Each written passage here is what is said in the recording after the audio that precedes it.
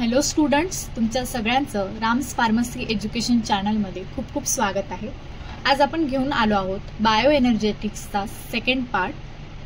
त्यामध्ये आपण काय काय बघणार आहोत तर सगळ्यात पहिल्यांदा आपल्याला बघायचं आहे की मेजर बायो एनर्जेटिक प्रोसेसेस कोणकोणत्या आहेत ज्या आपल्या बॉडीमध्ये ज्या एनर्जी प्रोड्यूस करतात। बायो एनर्जेटिक रिलेशनशिप काय आहे between free energy, enthalpy and entropy. बॉडीमध्ये व्हेरियस एनर्जी रिच कंपाऊंड्स कोणकोणते आहेत जे आपल्या बॉडीमध्ये एनर्जी प्रोड्यूस करतात। एनर्जी शटल्स म्हणजे काय, ॲडेनोसिन ट्रायफॉस्फेट बद्दल आपल्याला डिटेलमध्ये बघायचं आहे अँड सायक्लिक ॲडेनोसिन मोनोफॉस्फेट बद्दल, दॅट इज सायक्लिक AMP, याच्याबद्दल आपण या पार्टमध्ये डिटेलमध्ये बघणार आहोत। ठीक आहे, तर सगळ्यात पहिल्या पार्टमध्ये आपण ऑलरेडी फ्री एनर्जी म्हणजे काय, व्हेरियस बायोलॉजिकल प्रोसेसेस कोणकोणत्या असतात, रेडॉक्स पोटेन्शियल म्हणजे काय, free energy, enthalpy and entropy यांच्यामध्ये रिलेशनशिप काय आहे ते आपण बघितलं। त्यानंतर आपण various types of bio energetic reaction काय कोणकोणते आहेत ते ऑलरेडी आपण फर्स्ट पार्टमध्ये कव्हर केलेलं आहे। ठीक आहे, तर हा व्हिडिओ आवडला तर नक्की लाईक करा, चॅनलला सबस्क्राईब करा आणि बेल आयकॉनलाही प्रेस करा। ठीक आहे, तर आपण वेळ वाया न घालवता आजच्या लेक्चरला स्टार्ट करूया। तर सगळ्यात पहिल्यांदा आपण बघणार आहोत मेजर बायो एनर्जेटिक प्रोसेसेस। आता इथे आपल्याला काय बघायचं आहे की आपल्या बॉडीमध्ये ज्या व्हेरियस प्रोसेस होतात ज्या एनर्जी प्रोड्यूस करतात, ज्याच्यामुळे काय होतं आपल्या बॉडीमधली जी एनर्जी रिक्वायरमेंट आहे त्या कंप्लीट होतात, त्या कोणकोणत्या प्रोसेस आहेत त्याच्याबद्दल आपल्याला बघायचं आहे। त्याच्यामध्ये आहे glycolysis, gluconeogenesis, citric acid cycle, ketosis, oxidation phosphorylation and ETC, that is electron transport chain and photosynthesis, या सगळ्या प्रोसेस बद्दल आपण डिटेल बघणार आहोत। त्यात ज्या मोस्ट ऑफ प्रोसेस आहेत ज्या जसे की ग्लायकोलायसिस झालं, आपलं ग्लुकोनिओजेनेसिस झालं, सिट्रिक ॲसिड सायकल झालं, इलेक्ट्रॉन ट्रान्सपोर्ट चेन झालं, ऑक्सिडेटिव्ह फॉस्फोरायलेशन झालं, हे आपण ऑलरेडी प्रिव्हियस चॅप्टरमध्ये बघितलेलं आहे। ओके, तर इथे फक्त आपण त्यांचा काय बघणार आहोत, इंट्रोडक्शन पार्ट, की त्या एनर्जी प्रोड्यूस कसं करतात। तर तुम्हाला त्याच्याबद्दल डिटेलमध्ये स्टडी करायचं असेल तर तुम्ही आपले प्रिव्हियस लेक्चर जे आहेत ते आपल्या चॅनलवर बघू शकता। ठीक आहे, तर सगळ्यात पहिल्यांदा आपल्याला बघायचं आहे ग्लायकोलायसिस। तर सिम्पली ग्लायकोलायसिस मध्ये काय होतं, ग्लुकोजचं ब्रेकडाऊन होतं इंटू पायरुवेट मध्ये आणि या सगळ्या प्रोसेसमध्ये काय होतं 8 मॉलिक्युल्स ऑफ ATP जे आहेत ते फॉर्म होतात टू प्रोड्यूस द एनर्जी। ठीक आहे, तर it is the process of breaking down glucose into pyruvate. त्याच्यामुळे काय होतं नेट 8 मॉलिक्युल्स ऑफ ATP जे आहेत ते फॉर्म होतात इन दिस प्रोसेसमध्ये। आता पायरुवेट जो आहे याच्यामध्ये काय होतं is one of the product of glycolysis आणि तो काय करतो can be shuttled into other metabolic pathways as needed by the cell. आपल्या बॉडीमधल्या सेल्सला जशी रिक्वायरमेंट असते तसं तो काय करतो, एनर्जी जी आहे ती रिलीज करत असतो। तर ॲडिशनली ग्लायकोलायसिसमध्ये काय होतं इक्विव्हॅलेंट्स ऑफ NADH जे आहेत ते काय होतात फॉर्म होतात which are produce the ATPs in the body. ठीक आहे, आणि ते अल्टिमेटली काय करतात इलेक्ट्रॉन्सला डोनेट करायचं काम करतात in the electron transport chain. तर इथे काय होतं की ग्लायकोलायसिसमध्ये ATP तर फॉर्म होतातच होतात, तर त्याच्यामुळे काय होतं इक्विव्हॅलेंट्स पण फॉर्म होतात जे काय करतात इलेक्ट्रॉन्सला डोनेट करतात to the various process like electron transport chain. तर हे आपण बघितलं ग्लायकोलायसिस बद्दल। त्याच्यानंतर इथे दुसरी प्रोसेस आपली जी एनर्जी प्रोड्यूस करते दॅट इज ग्लुकोनिओजेनेसिस, ज्याच्यामध्ये काय होतं ग्लुकोजचं सिंथेसिस होतं। तर ही रिॲक्शन जी आहे किंवा ही प्रोसेस जी आहे it is opposite of glycolysis आहे, कारण याच्यामध्ये काय होतं ग्लुकोजचं सिंथेसिस होतं फ्रॉम बायोमॉलिक्युल्स। तर when the cell's energy charge is low, बॉडीमध्ये जेव्हा एनर्जीची रिक्वायरमेंट जी आहे ती जास्त असते आणि एनर्जी जी आहे बॉडीमध्ये ती कमी असते, तर तेव्हा काय होतं की बॉडीमध्ये जे आहे ते ग्लुकोज सिंथेसाइज व्हायला लागतं फ्रॉम कार्बन कंटेनिंग बायोमॉलिक्युल्स पासून, सच ॲज जसं की ते प्रोटीन असू शकतं, अमिनो ऍसिड्स असतात, फॅट्स असतात किंवा पायरुवेट। आता इथे एक एक्झाम्पल दिलेले, proteins can be broken down into amino acids. आता प्रोटीन्स जे आहेत ते काय होणार सगळ्यात पहिल्यांदा अमिनो ऍसिडमध्ये ब्रेकडाऊन होणार into simple molecules and this simple carbon skeletons are use to build or synthesize glucose, आणि त्यापासून मग नंतर काय होणार ग्लुकोजचं सिंथेसिस होणार, that is the process of gluconeogenesis, ज्याच्या थ्रू काय होते एनर्जी जी आहे ती प्रोड्यूस होते। त्यानंतर आपल्याला बघायचं आहे citric acid cycle which is also called as TCA cycle. याच्यामध्ये काय होतं ही एक सेल्युलर रेस्पिरेशनची प्रोसेस आहे। ॲसिटिल कोएन्झाइम A जो आहे तो सिंथेसाइज्ड होतो फ्रॉम पायरुवेट डिहायड्रोजिनेस पासून, जो काय करतो सगळ्यात पहिल्यांदा रिॲक्ट करतो ऑक्सॅलो ॲसिटेट सोबत टू यील्ड सिट्रेट, ज्याच्यापासून काय फॉर्म होतं सिट्रेट। आणि द रिमेनिंग 8 रिॲक्शन्स ज्या आहे याच्यामध्ये त्या काय करतात, अदर कार्बन कंटेनिंग मेटाबोलाइट्स जे आहेत ते फॉर्म करतात आणि ते मेटाबोलाइट्स जे आहेत ते पुन्हा काय होतात, ऑक्सिडाइज होतात आणि त्यांच्यामुळे काय होतं, फ्री एनर्जी ऑफ ऑक्सिडेशन जी आहे ती कन्झर्व होते in the form of reduced coenzymes FADH2 and NADH2 which are the molecules which produce ADP. ठीक आहे. तर these reduced electron carriers can then be reoxidized. पुन्हा काय होतात ते इलेक्ट्रॉन कॅरियर्स पुन्हा ऑक्सिडाइज होणार आणि पुन्हा ते काय करतात, मग इलेक्ट्रॉन्सला ट्रान्सपोर्ट करतात to the electron transport chain as like of glycolysis. ठीक आहे.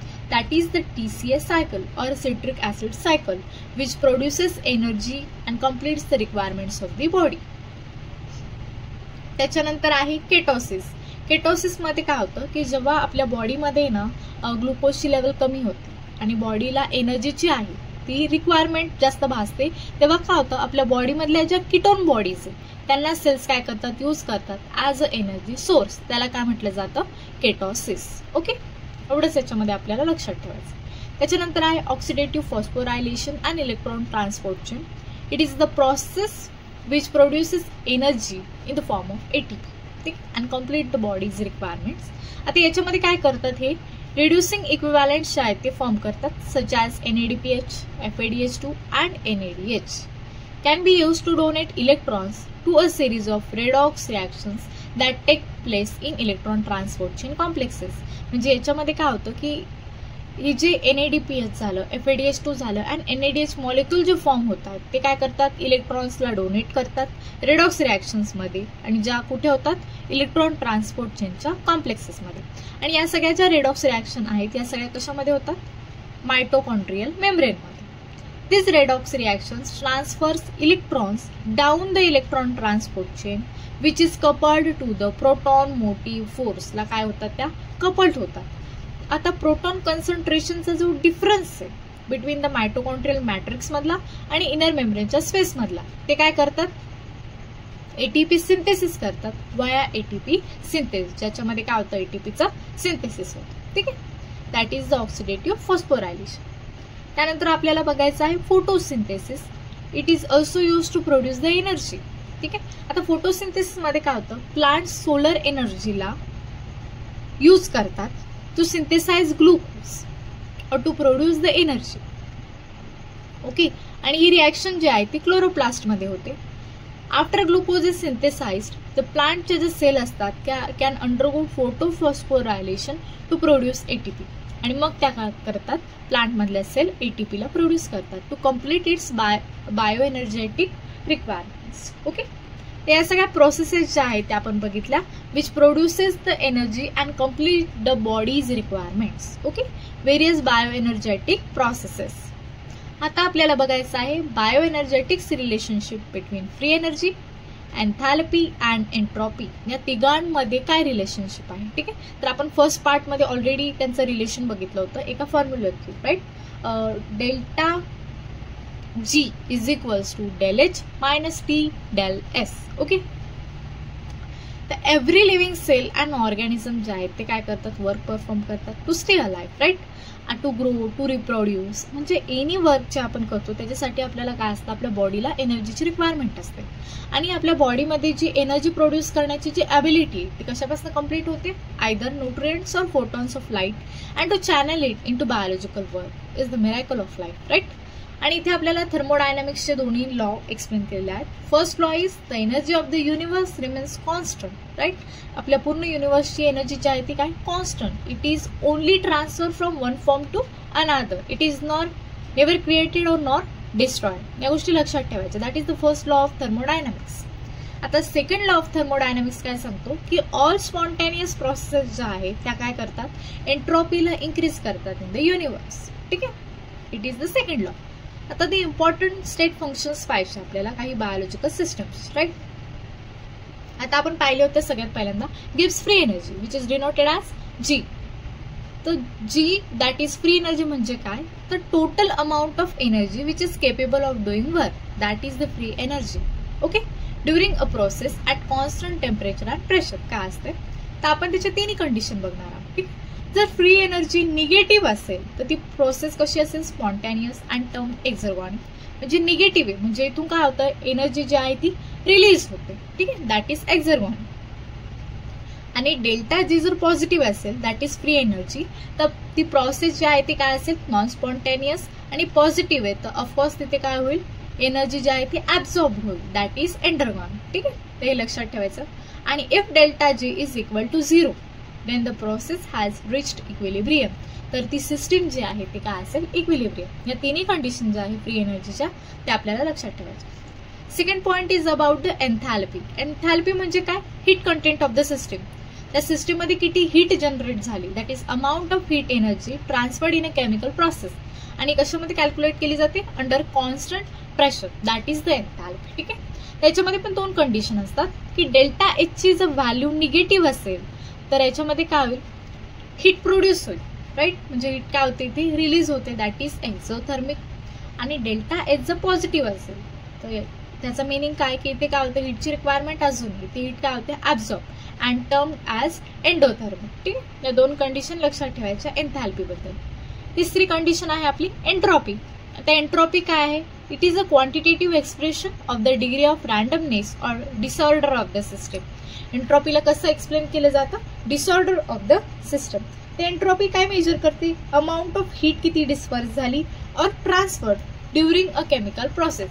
पूर्ण केमिकल प्रोसेसमध्ये किती अमाऊंट मध्ये हीट जी आहे ती ट्रान्सफर झाली ते इथे मेजर केलं जातं. याच्यात पण दोन condition. If delta S is positive तर डिसऑर्डर ऑफ द सिस्टम जे आहे त्या बॉडीचे ते काय होणार इन्क्रीज होणार, राईट.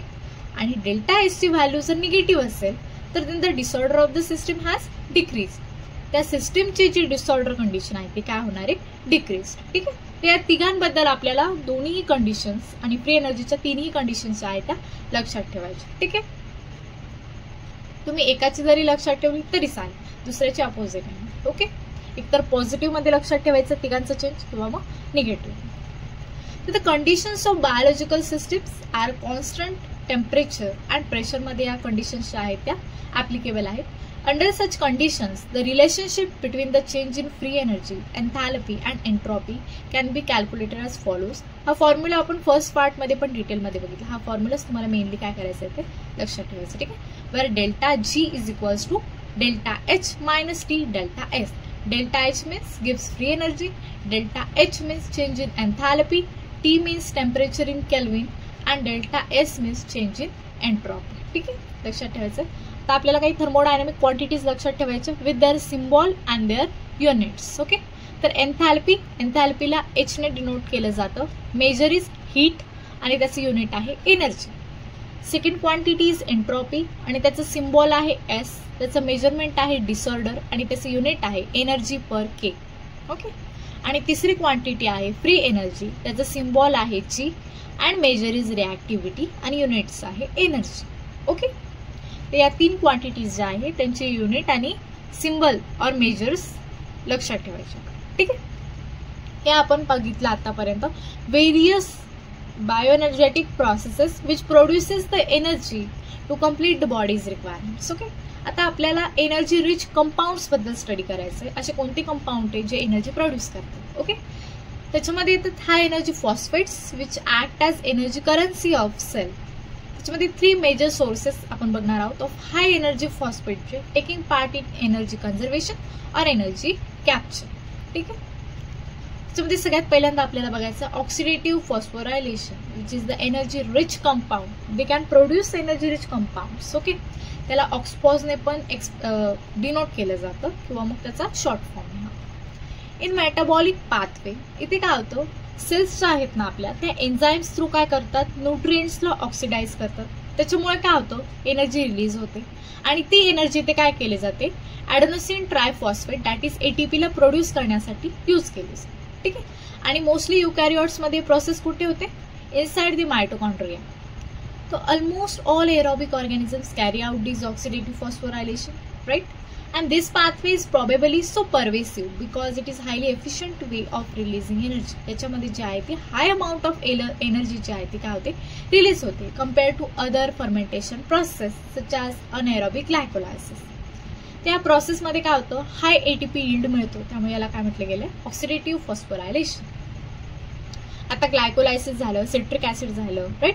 त्याच्यामध्ये काय प्रोड्यूस होतं NADH आणि FADH2, राईट. हे मॉलिक्युल्स प्रोड्यूस होणार आणि मग ते काय करतात, ATP जनरेट करतात. बट इन ऑक्सिडेटिव्ह फॉस्फोरायलेशन त्याच्यामध्ये काय होतं, ATP आणि GTP फॉर्म होतात. These products are molecules that are oxidized spontaneously. The body uses these reducing agents in an oxidation reduction reaction. आणि आपली बॉडी जी आहे ती त्यांना कशी यूज करते, in oxidation reduction reaction. Okay, that is about the oxidative phosphorylation. ठीक आहे, जे काय प्रोड्यूस करते, एनर्जी रिच कंपाऊंड्स. आता इथे डायग्राम मध्ये तुम्ही बघू शकता की glucose convert in pyruvate, that is the glycolysis, right.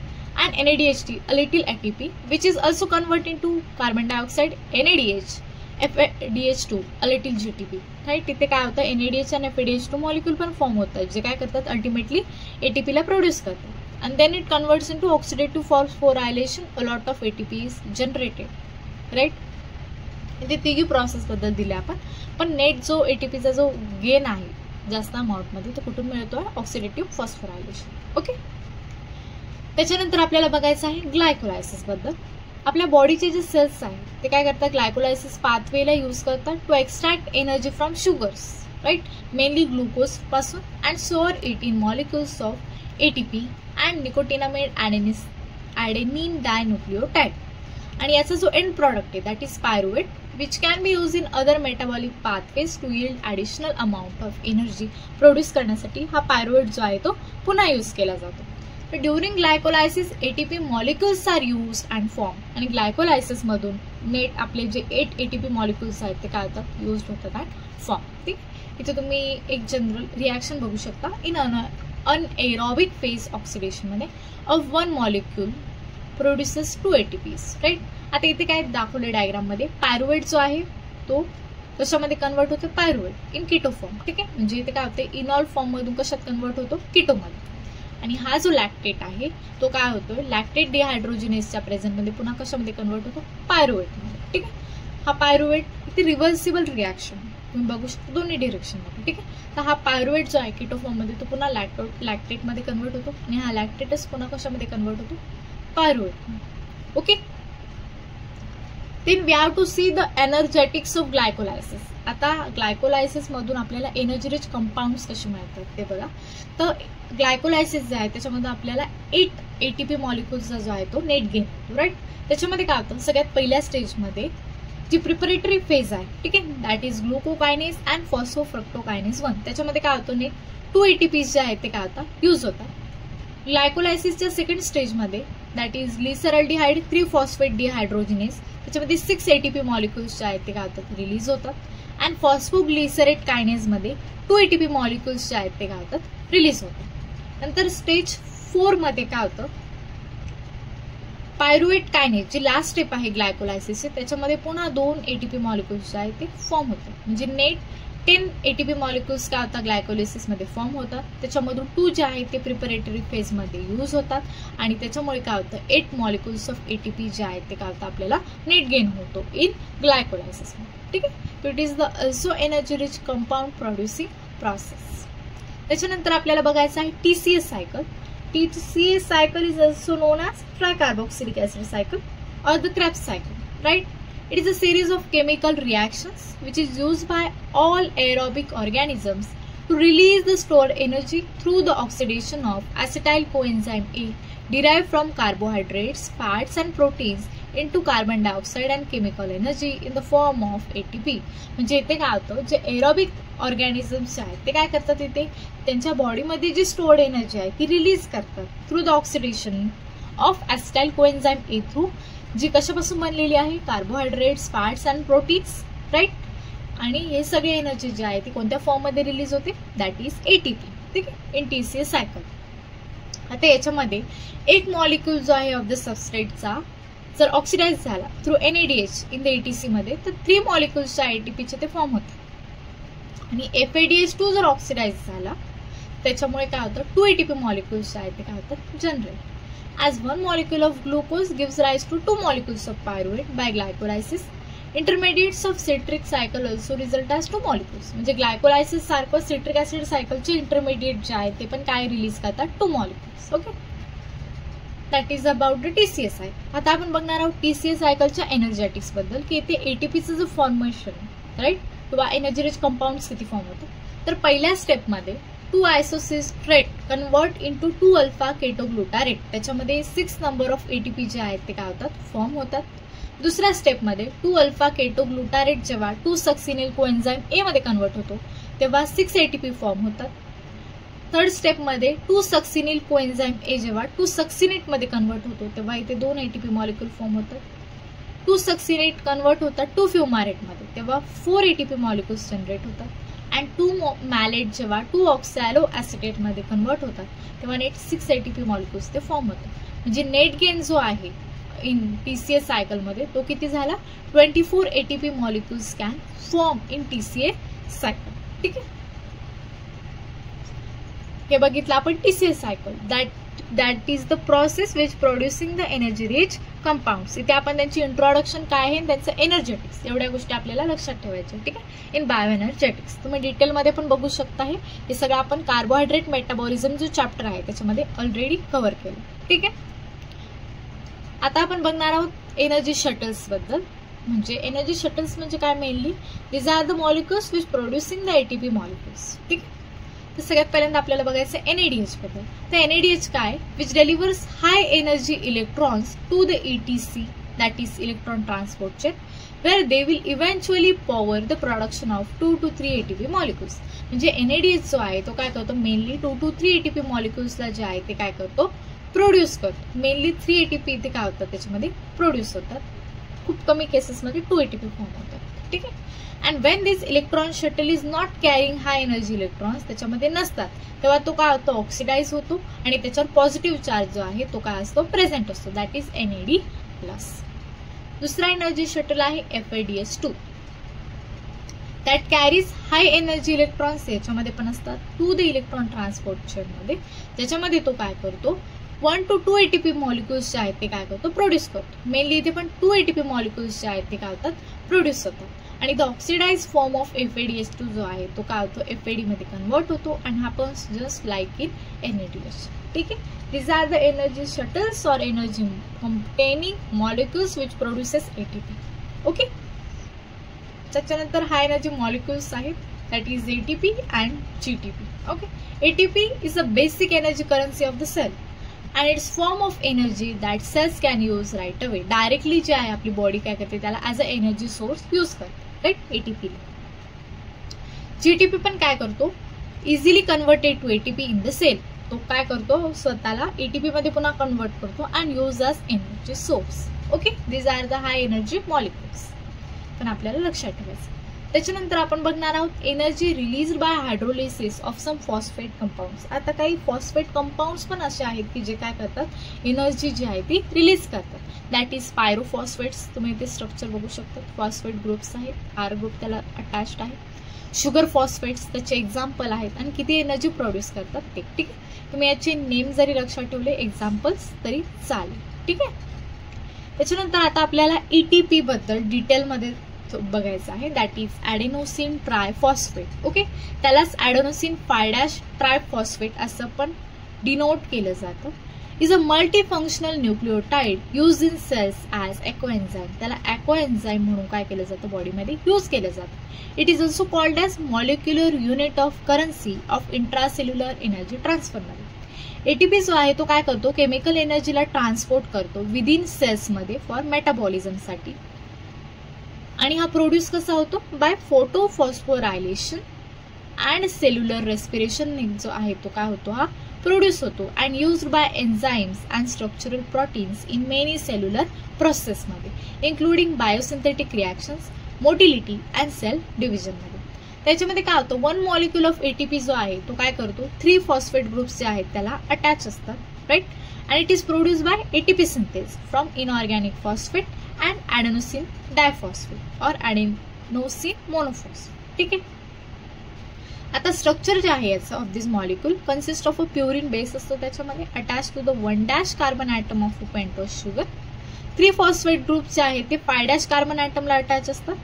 It is the addition and removal of this phosphate groups that interconvert ATP, ADP अँड AMP म्हणजे काय होतं, फॉस्फेट ग्रुपनुसार ते काय होतात, कन्वर्ट होतात. ATP ज्याच्यामध्ये 3 फॉस्फेट ग्रुप्स असतील, ADP ज्याच्यामध्ये 2 फॉस्फेट ग्रुप्स असतील आणि AMP ज्याच्यामध्ये 1 फॉस्फेट ग्रुप असणार. तो when ATP is used in DNA synthesis, the ribose sugar जी आहे ती सगळ्यात पहिल्यांदा काय होणार आहे, ते कन्वर्ट होणार इनटू डीऑक्झीरायबोज बाय रायबोन्यूक्लियोटाइड रेडक्टेज. ओके, इथे तुम्ही डायग्राम बघू शकता कसली आहे, ATPची. ठीक आहे, हे आहे basic compound of ॲडेनोसिन.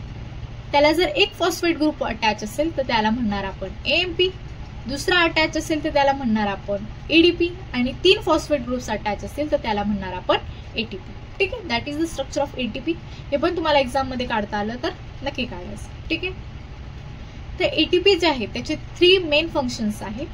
Transporting organic substances such as, त्याच्यामध्ये सोडियम असू शकतं, calcium, potassium through the cell membrane. Second function is synthesizing chemical compounds. ते बॉडीमध्ये केमिकल कंपाऊंड्सला पण सिंथेसाइज करतं such as protein and cholesterol. Third आहे supplying energy for mechanical work such as muscle contraction. ठीक, काही बायोलॉजिकल फंक्शन्स पण आहे ATPचे, जसं काही ऍक्टिव्ह ट्रान्सपोर्ट म्हणजे काय करते, व्हेरियस मॉलिक्युल्सला ट्रान्सपोर्ट करण्याचं काम करतो from one place to another. Cell सिग्नलिंगचं काम करतो, सेलला सिग्नल देण्याचं, to perform the work. Structural maintenance provide करतो तो बॉडीला, मसल कॉन्ट्रॅक्शनमध्ये हेल्प करतो and synthesis of DNA and RNA मध्ये ATP जो आहे तो मेन रोल प्ले करतो. ठीक आहे, that is the functions of ATP.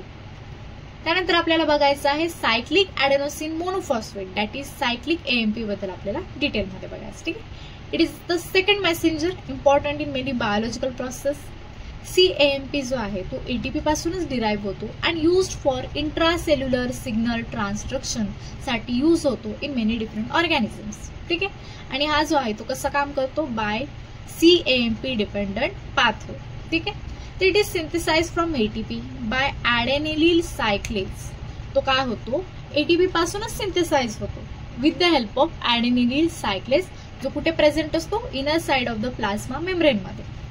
हा ॲडेनिलील सायक्लेज जो आहे तो काय होतो, ऍक्टिव्हेटेड होतो by a range of signalling molecules through the activation of adenylyl cyclase, जे काय stimulatory G protein coupled receptors आहेत आणि तेच काय होतात, इनहिबिटेड होतात बाय ॲगॉनिस्टने, जे काय करतात, रिॲक्शनला बूस्ट करतात ऑफ ॲडेनिलील सायक्लेज, जे काय inhibitory G protein coupled receptors. ठीक आहे, आता लिव्हरचे जे adenylyl cyclase response more strongly glucagon and muscle adenylyl cyclase जे आहे ते मोर स्ट्रॉंगली टू ॲड्रेनालिनला काय करतात, रिस्पॉन्ड करतात. CAMP जर डिकम्पोजिशन झालं इंटू AMP मध्ये तर ते कशाने कॅटेलाइज होतं, बाय द एन्झाईम फॉस्फोडायइस्टिरेज. ठीक आहे, that is about the CAMP. आता त्याचे मेन फंक्शन्स काय आहेत ते बघायचं. ते काय मेनली सेकंडरी मेसेंजर म्हणून काम करतं. Use for intracellular signal transduction म्हणजे सिग्नल ट्रान्समिट करण्याचं काम करतं, such as transferring the effects of hormones like glucagon and adrenaline which cannot pass through the cell membrane. Right, and it is involve in the activation of protein कायनेसिसला activate करण्याचं काम करतो and regulates the effects of adrenaline and glucagon. ठीक आहे, it also regulates the passage of calcium 2+ through ion channels. CAMP and it's associated कायनेसेस जे आहे याच्यामध्ये function in several biochemical प्रोसेसमध्ये काय करतात, ते फंक्शन करतात, इन्क्लुडिंग रेग्युलेशन ऑफ ग्लायकोजन झालं, शुगर अँड लिपिड मेटाबॉलिझम झालं by activating the protein kinase. Right, त्याच्यासाठी पण हा इम्पॉर्टंट आहे. Is the second messenger use for intracellular signal transduction such as transferring into cells the effects of hormones like glucagon and adrenaline which cannot pass through the plasma membrane. It is also involved in the activation of protein kinases ला पण activate करण्याचं काम करतो. In addition CAMP जो आहे तो काय होतं, bind to and regulate the function of ion चॅनल्सचे जे फंक्शन आहे ते काय करतो, रेग्युलेट करण्याचं काम करतो आणि त्याला काय होतो, बाइंड होतो, such as the SCN channels and a few other cyclic nucleotide binding proteins. त्याच्यामध्ये काय काय येतं, IPAC1 अँड TRAPGF2. ठीक आहे, हे पण तुम्ही लक्षात ठेवू शकता. That is the functions of cyclic AMP. तर या दोघांबद्दल आपल्याला डिटेलमध्ये एक्झाममध्ये येऊ शकतो. ॲज 2 मार्क्स और 5 मार्क्ससाठी हा क्वेश्चन मेनली येतो. ठीक आहे, right a note on ATP और right a note on cyclic AMP. ठीक आहे, that is all about the bio energetics. आपण बायो एनर्जेटिक्सचा सेकंड पार्ट पण इथे कम्प्लीट केला आहे. ठीक आहे, the chapter is all over. ठीक आहे, आपलं पूर्ण चॅप्टर जे आहे ते इथे कम्प्लीट झालेलं आहे. तरी तुम्हाला या चॅप्टरमध्ये काही डिफिकल्टी असेल किंवा काही डाऊट आला असेल तर नक्की तुम्ही कमेंट बॉक्समध्ये विचारा. ठीक आहे. लेक्चर आवडलं असेल तर या व्हिडिओला लाईक करा, चॅनलला सबस्क्राईब करा आणि जास्तीत जास्त लोकांपर्यंत हा शेअर करा, जेणेकरून त्यांनाही याचा फायदा होईल. ठीक आहे. Thank you so much guys. पुन्हा आपण पुढच्या लेक्चरमध्ये पुढच्या चॅप्टर सोबत भेटूया. ठीक आहे. Bye bye.